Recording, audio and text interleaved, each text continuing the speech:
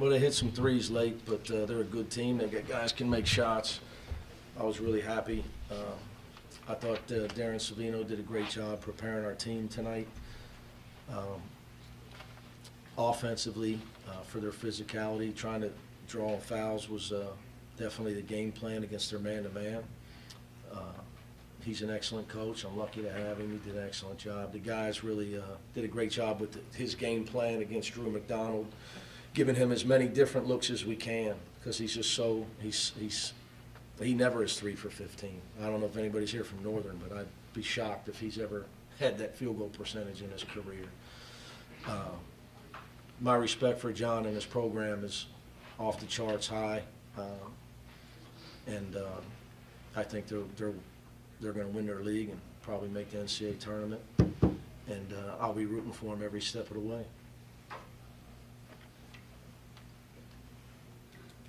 So I was really, really happy with the way this. I did not expect to look up and be up the way we were up most of the game. That's how good I think their team is, and how good of a job John does. In your career as a head coach, Mick, has it gotten easier or harder for mid-majors to compete consistently with high majors? I don't think it's ever been easy. Yeah. Trying to give you a real answer, what would be, in basketball, we don't deal with the schism of the Power Five the way they do in football. So, and there's guys that go overlooked in basketball. Guys like Corey Blunt was 6 foot coming out of high school, goes to JUCO, he's 6'10". That stuff really doesn't happen in football. So, I still think, the other thing is at the mid-majors, you can get, your best player doesn't leave. Doesn't go into the NBA, usually. Now, it's happened. It's happened at my old school, Murray State. Actually, it's going to happen to them again. They got a sophomore, so I guess it's going to go in the first round. But usually at a mid-major, your best players stay. And they've had some great teams because they've been able to have continuity. That's that would be the biggest, the advantage of the mid-major. Usually, you can get an older team that you would have over some high major teams. They're the unusual mid in that they have size. Most mids don't have the size. They don't have a 7-footer off the bench. Usually, your best player at that level are guards. But what they've done at Northern in a short period of time since going D1. First, hiring John was a huge move for them. I don't know how long he'll be there. That's how much I think of it. The offensive glass for you guys in the first half, you feel like that made a difference? Yes, huge. When you don't turn the ball over, you can get a rebound. Turn over at UNLV, it's hard to rebound the ball. It takes away one of the best things we do. So you only have 4 turnovers. You get shots on the goal. You got a chance to rebound them. Then you got a chance. Then they have to block you out, which created fouls for them.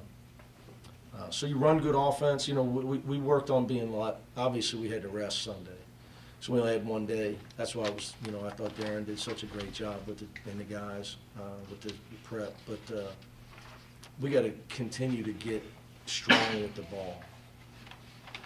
Without Gary, Jake, and Kyle, just guys are out there. You can't turn the ball over and be a good team. You just can't. If I've learned anything in my time, you go back to, we've been on a run 8 straight tournaments. What changed when we got better is you cannot turn the ball over. That's the number one. If you look at teams that win, you cannot turn the ball over. That seems to be what drives you the craziest on the sideline. You just can't win that way. You're going to lose. You play. Obviously at Northern, they missed some open shots tonight. That's why it evened out late because they made some hard ones, but they missed some open ones. You play. You got to try to prepare as a coach to beat the best team on your schedule on the road. There's only one way to do that. Go to Wichita State last year and not turn the ball over. I know we had single digits. I can't remember what it was. I think it was 6 or 7.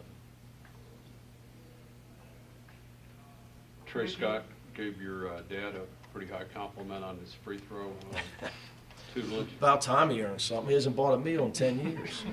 So says he want a raise now? Yeah. That's a pretty good night from the line. He sits over there and he yells at him if his elbow's not above his eye. Of course, my dad doesn't realize the 70,000 videos I've shown Trey at the same thing, but we'll give Pops the credit. You know, Trey's a great kid when he plays well, guys. I couldn't be happier for a human being. He's a great ambassador for our university, not just our program. Tremendous kid. You talked about a text. Can't believe he missed a free throw, though. I'm going to run him Thursday. You talked about a text message he sent you to never let up on coaching him. No, he means it. Jaron sends me to say, you know, our kids, you know, they see, you know, our guys, they understand our way. I mean, it's just, you know, we're emotional. We play hard. We're you know, my goal is to get these guys. I know what all my guys want. I know what they all want with their career. So my job is to try to get them there. I don't want them to be 29 years old and say, hey, coach, you know, you let me party. You never said anything to me about my dedication. You didn't, you know, you didn't coach me as hard as it's the last thing I would ever want a player to say. Mick, can you talk a little about your perimeter defense? I know Northern hit some three-point shots down the stretch, but was that big? Early it was big. That's why we got the lead on them. But we tried to do two things early. Disrupt them so they couldn't just get Drew the ball wherever they wanted to get it to him, and then take away as many threes as we could. So we did a pretty good job of that for the bulk of the game. That's the key. You know, they come in making 10 threes a game. And the three-point shot, talk about mid-majors, is a great equalizer. You know, most mid-majors that beat high majors, they make a lot of threes when they do beat them. It seemed like the one guy from Northern that really kind of made the thing was Jalen Tate. Kind of had a pretty good game. What are your thoughts on his play? Well, I'm rooting for him. I recruited his dad. I just got a chance to talk to Jermaine outside. He was a great player for us here at Cincinnati. I think he's fighting through an injury. He's got a groin injury. He's an excellent passer. He's really good off the dribble. You know, and the stronger he gets, obviously that probably why he ended up at mid-major level was his body. And the, you know, if he could ever get to the point where he's as strong as our guys physically, he's got real talent. You talked a lot about the season being a process. Where do you think this team is at in that process as you get ready for three, you know, big-name games? Yeah, I just try to get ready for one at a time. I'm not good enough coach to get ready for three. You know, the process is guys improving and then learning to be consistent. The difference between young players and veterans is consistency. So I talked to Gary, called me the other night. He's down, he's a coach, I'm not playing good. This and I said, well, you're not supposed to. You're a rookie. You never used to playing 82 games. You know, you got to grind through it. Just worry about defense, he'll play you. I've seen your team. You know, and that's what you try to do. But consistency, you know, getting to the point where you can have less mistakes, execute better, know your offense better, know what you're looking for better. So there's just a million things. I think, you know, we're fighting through it. The other thing you have to do is build your toughness as time goes on, because it gets, you know, it's like you said, when competition changes, it's a lot tougher to get a rebound. It's going to be a lot tougher to get a rebound Saturday than it was today. I think we came into halftime way up on the glass, right? Like it's going to be a lot harder to get a rebound. 72% offensive rebound. Right? But it was I'm going to tell you, UNLV is as big and as strong a team as we play all night. We got out-rebounded. We got out-rebounded in the second half tonight, too, because we were worried about leaking out for points instead of getting a loose ball. We had some great block shots, but everybody's running the other way trying to get on the highlight film. So, I mean, we're progressing. We still got to get better. But I think everybody does. I feel like it's another chance to get Jaron some rest at the end there. Yeah, he's going to play a lot of minutes all year. Any chance I get to rest him in game minutes, I'm going to do it. And it's not just that he's out there. His usage is high. That's a new term for you. I read that. You guys all use it. Usage. It's a new analytical term. His usage rate is very high. So, you know, other guys are out there the same minutes, but their usage isn't as high. How do you think Cumberland bounced back from Saturday's game? Oh, he was hard on. He was down on himself. I told him, you know, UNLV did a great job taking him out of the game. It's a two-way street. I got to make sure I don't let opponents just eliminate him from us offensively, unless he's just going to get 10 assists, because then he's got to do a better job with moving without the ball and getting fouled, like he did in the Ole Miss game. So instead of, like, even tonight, he's got to jump stop and get fouled. He's taking running one-footers. The NBA guys can't make some of those shots. So, you know, he's still not as good at, I think, we got a lot of guys can improve. So I think we've improved. I think, you know, even Jaron can improve. You know, it's a different position being the go-to guy and having the scouting report every game. People trying to double you and stop you and be physical with you. I want him on the foul line more, like he did in the Ole Miss game. I thought tonight he tried to take a hit. You're not getting a call going off 1 foot. It's just you're not getting a call. How confident are you right now? I mean, I'm confident, always confident, but I mean, it's just like, it's just another game, to be honest. I mean, my teammates did a great job getting me the ball, to put me in positions to score or get fouled. And I just played this game just like any other game. I'm confident. I'm always confident each game, but this game, it was just my night tonight, I guess. Trey, what did you guys play against McDonald? Say it again? Against McDonald, what was your plan? Our plan was not to let them catch it off the post. On the post. We executed that, and we won the game. We took them out of the game, put some quick fouls on them as well, and that was our plan, and we did it the way our coaches wanted us to, and we was there for each other. When he did catch it on the post, he took the help side defense with a few blocks. We did what our coaches wanted us to do. We did what they told us would help us win the game, and we won the game. Do you guys feel like you can draw fouls and get to the line on them? That was the scouting report. Coming in, they average 22 fouls a game. So, attacking is very important. And, we got to the free throw line a lot. Have you had a 12 or 13 game that often? Yeah. Not, you say have I? Yeah. Nah, I don't even think I did that in high school or AAU. But it was just a confidence thing, going up there, know how much I worked on it over the summer, know how much me and help Mick's dad, know how much he tell me he worked with me on it in practice every day. It was just a confidence thing, and I stepped out there and I made them. And I made them my first two, and I was like, okay, let's do the same rhythm.